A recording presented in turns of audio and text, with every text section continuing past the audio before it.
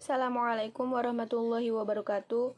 Perkenalkan, nama saya Eliva Azulfiani, mahasiswa Fakultas Dakwah, Prodi Manajemen Dakwah IAIN Salatiga. Maksud dari dibuatnya video ini adalah guna memenuhi tugas UAS yang diampu oleh Bapak Muhammad Mufid SAG MSI yang mengampu mata kuliah Manajemen Wisata dan Keagamaan. Di sini saya akan menjelaskan beberapa jawaban yang telah saya ringkas dari soal-soal yang telah diberikan oleh Bapak Mufid. Soal yang pertama yaitu Biro Perjalanan Wisata atau BPW adalah kegiatan usaha yang bersifat komersil yang mengatur dan menyediakan pelayanan bagi seseorang, sekelompok orang untuk melakukan perjalanan dengan tujuan utama berwisata. Apa yang Anda ketahui tentang BPW tersebut? Biro Perjalanan Wisata atau BPW adalah suatu usaha yang menyediakan jasa perusahaan, persiapan, dan pengaturan kegiatan perjalanan wisata, termasuk dokumen, surat-surat perjalanan, dan seluruh fasilitasnya. RS Damarjati menjelaskan bahwa BPW adalah perusahaan yang khusus mengatur dan menyelenggarakan perjalanan dan persinggahan orang-orang termasuk kelengkapan perjalanannya dari suatu tempat ke tempat yang lain, baik di dalam negeri, dari dalam negeri ke luar negeri, atau dari dalam negeri itu sendiri. Jadi tugas BPW sendiri membuat, menyelenggarakan, dan menjual paket wisata perjalanan, mengurus transportasi perorangan atau individu atau kelompok yang akan mengikuti wisata perjalanan, melaksanakan akomodasi restoran hingga tempat wisata di berbagai tempat. Untuk soal yang kedua yaitu secara teoristis, nilai yang terkandung dalam budaya yaitu nilai religius, nilai etika, dan nilai sosial. Yang pertama ada nilai religius. Nilai religius adalah nilai mengenai konsep kehidupan religius atau keagamaan berupa ikatan atau hubungan yang mengatur manusia dengan Tuhannya. Nilai religius merupakan konsep mengenai penghargaan tinggi yang diberikan oleh warga masyarakat kepada beberapa masalah pokok dalam kehidupan keagamaan yang bersifat suci, sehingga dijadikan pedoman bagi tingkah laku keagamaan warga masyarakat yang bersangkutan. Yang kedua, ada nilai etika. Etika sendiri berasal dari bahasa Yunani kuno, yaitu etikos yang berarti timbul dari kebiasaan.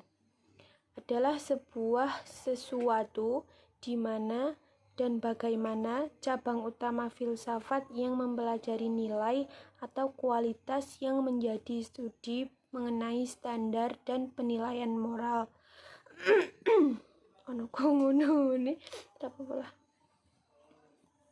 Etika adalah sebuah cabang filsafat. Jadi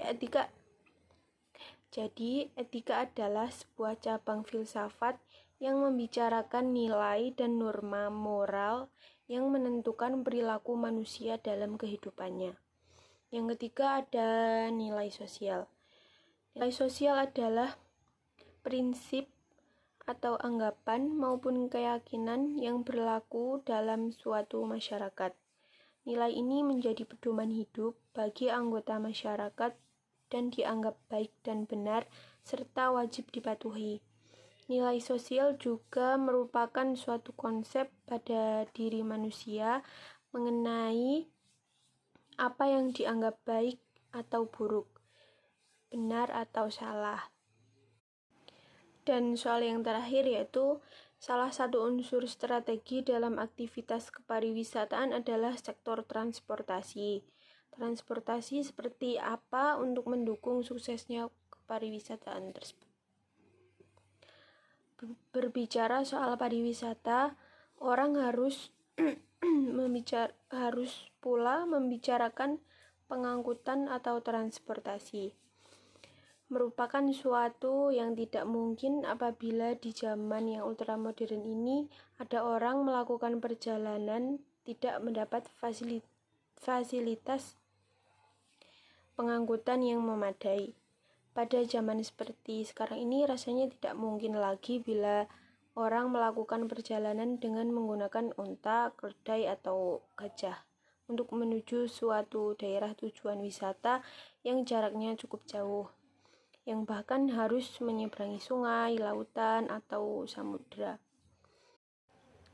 Kalaupun ada, itu merupakan kekecualian dan sama sekali tidak ada sangkut pautnya dengan pariwisata sebagai suatu industri. Dapat dikatakan bahwa wisatawan yang melakukan perjalanan sudah merupakan suatu manifestasi dari interaksi sebagai akibat perpindahan orang dari tempat di mana ia biasanya tinggal.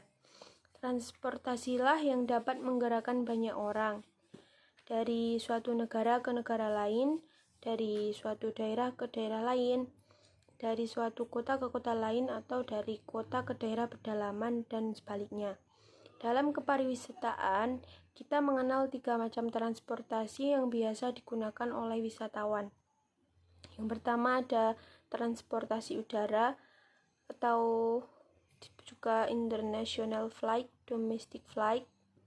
Yang kedua ada transportasi laut, regular lines, charter lines, cruiser. Yang ketiga ada transportasi darat, sepeda, dokar atau delman, sepeda motor, mobil penumpang, dan kereta api. Dalam pemakaian transportasi untuk keperluan kepariwisataan, jarang yang hanya menggunakan satu macam angkutan saja. Hampir selalu menggunakan kombinasi yang banyak, tergantung pada kondisi, tempat, atau daerah tujuan wisata. Jadi, ada macam-macam kombinasi pengangkutan yang digunakan di daerah tujuan wisata, tergantung bagaimana pengaturan tur operator yang merencanakan sesuai dengan tur itinerary yang mereka susun. Demikian yang dapat saya sampaikan. Jika ada salah kata atau tutur kata yang masih belepotan atau yang kurang berkenan, mohon dimaafkan. Wassalamualaikum warahmatullahi wabarakatuh.